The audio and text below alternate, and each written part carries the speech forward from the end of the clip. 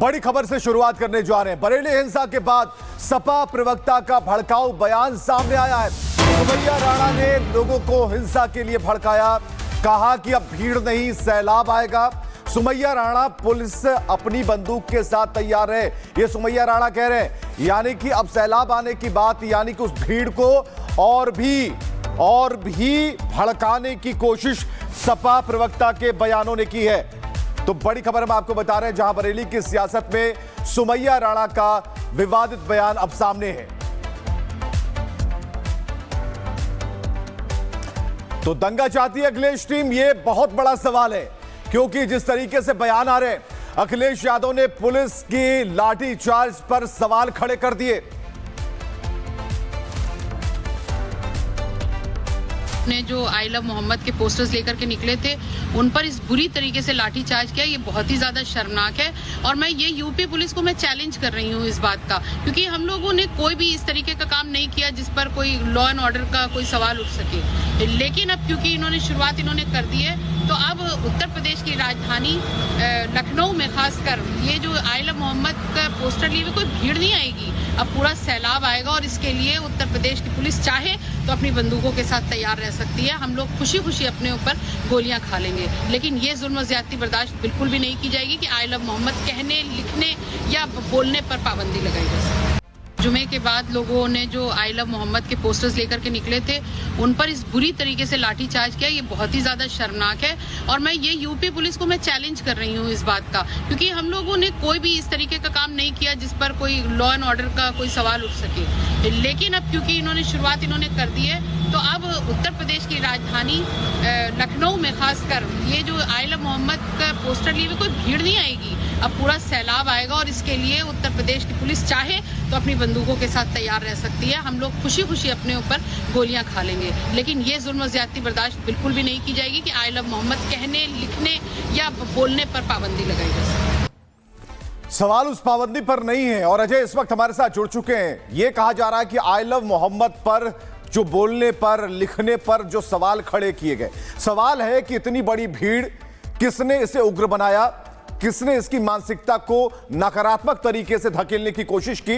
और जब पुलिस ने कार्रवाई की तो पुलिस के डंडे पर सवाल, यह कहते हुए अजय, यह कहते हुए कि अब सैलाब आएगा।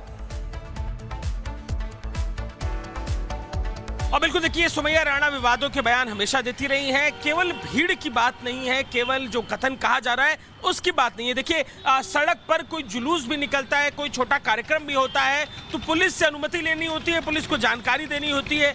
इस मामले में खास तौर पर मोडस ऑपरेंडी, एक टूल किट देखने को मिला है कि एकाएक भारी भीड़ इकट्ठी हो जाती है। और क्या कल बरेली में केवल भीड़ ही इकट्ठी हुई थी? बरेली में पत्थरबाजी की गई, फायरिंग तक की बात पुलिस की तरफ से कही जा रही है। ऐसे में जो ये भड़काऊ बयान दे रही हैं जो पुलिसिया तंत्र है लखनऊ का, वो अब इस बारे में जानकारी ले रहा है। जो बयान इन्होंने दिया है, कहाँ ये मौजूद है। पिछले कुछ दिनों पहले भी ये लखनऊ में सड़कों पर आकर इस पूरे मामले में काम करना चाह रही थी, पुलिस ने इन्हें नजरबंद किया था। लेकिन अब जब ये बयान दिया है तो पुलिस इस पर कार्रवाई करने की तैयारी भी कर रही है।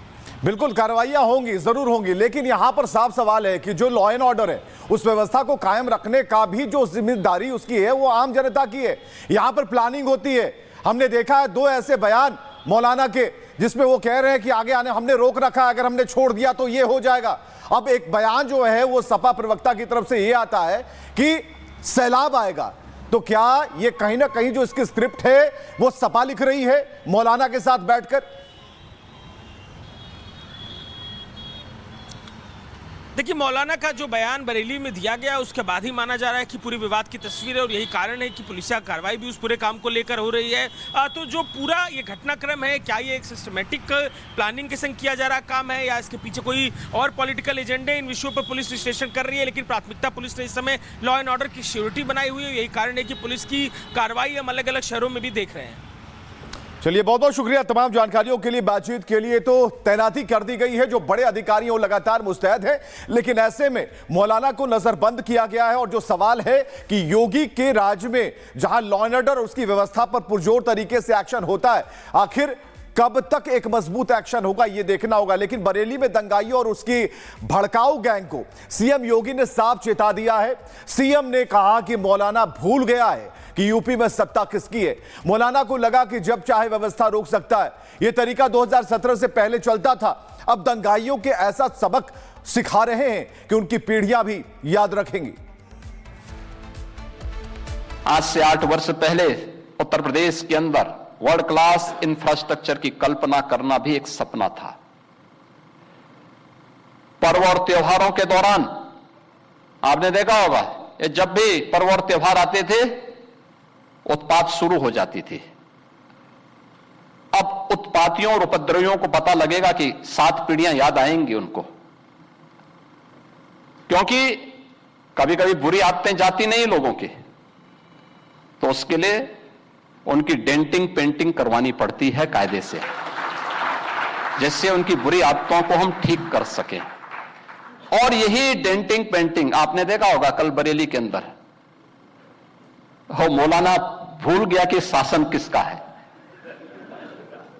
वो ये मानता था धमकी देंगे और हम जबरदस्ती जाम कर देंगे। हमने कहा जाम नहीं होगा, कर्फ्यू भी नहीं लगेगा, लेकिन कर्फ्यू का सबक तुम्हें ऐसा सिखा देंगे कि तुम्हारी आने वाली पीढ़ी दंगा करना भूल जाएगी। क्या तरीका है जी? आप सिस्टम को ब्लॉक करना चाहते हैं। और यह प्रवृत्ति थी यूपी के अंदर, 17 के पहले यही होता था। और हम इसी बात को कह सकते हैं कि 17 के बाद हमने कर्फ्यू भी नहीं लगने दिया, लेकिन ऐसे बैरियर को चुन चुन करके वे जिस प्रकार की भाषा को समझते थे उस प्रकार की भाषा से उनको समझा करके उसको उसकी सजा दिलाने का काम भी किया है। तो योगी आदित्यनाथ ने साफ कह दिया कि डेंटिंग पेंटिंग बहुत जरूरी है। और कल जो उसका ट्रेलर आपने देखा बरेली में, वो पहला चरण था। लेकिन ऐसे बयानवीर जो मौलाना है, उन्हें सबक सिखाने की जरूरत इसलिए आन पड़ी है क्योंकि अगर उनके अंदर कोई गलत भावना है, अगर वो गलती बार बार रिपीट कर रहे हैं, तो जरूरी है कि उन्हें सबक सिखाया जाए। और ऐसा सबक कि आने वाली पीढ़ियां भी याद रखें कि दंगा क्या होता, दंगे को भूल जाए। मौलाना तौकीर रजा नजरबंद कर दिया गया है। हिरासत में 60 पत्थरबाज लिए गए हैं। 60 में से 8 पर केस दर्ज हैं। हिंसा के 8 आरोपी गिरफ्तार कर लिए गए हैं। इसके अलावा 1700 अज्ञात लोगों पर केस दर्ज किया गया है। तो ये 5 बड़ी अपडेट हम आपको बता रहे हैं। और ये 5 बड़ी अपडेट ये कहती हैं कि योगी का डंडा चलना शुरू हो गया। योगी का जो प्रशासन है फुल मोड में है और पूरी छूट दी गई है कि ऐसे सिस्टम को ब्लॉक करने वाले लोगों पर तुरंत एक्शन लें। और बरेली के डीएम क्या कुछ कह रहे हैं, ये भी देखिए। जाने का प्रयास किया और पुलिस से धक्का मुक्की किया। आप कह सकते हो कि जो माहौल को ख़राब करने की कोशिश किया, कानून और शांति व्यवस्था की स्थिति को बिगाड़ने की कोशिश की, जिस पे कि त्वरित एवं प्रभावी कार्रवाई करते हुए पुलिस प्रशासन ने उनके ऊपर कंट्रोल कर लिया, नियंत्रण स्थापित करके उनके घरों पे उनको वापस भेज दिया। और उसके बाद जो है ऐसे लोगों को चिन्हित करने की कार्रवाई तत्काल प्रारंभ कर दी गई। और कल से लेकर मतलब शाम से लेकर अभी तक पूरे जनपद में पूरी तरह से शांति बनी हुई है और कहीं से किसी भी प्रकार की अप्रिय घटना का कोई समाचार प्राप्त नहीं हुआ है।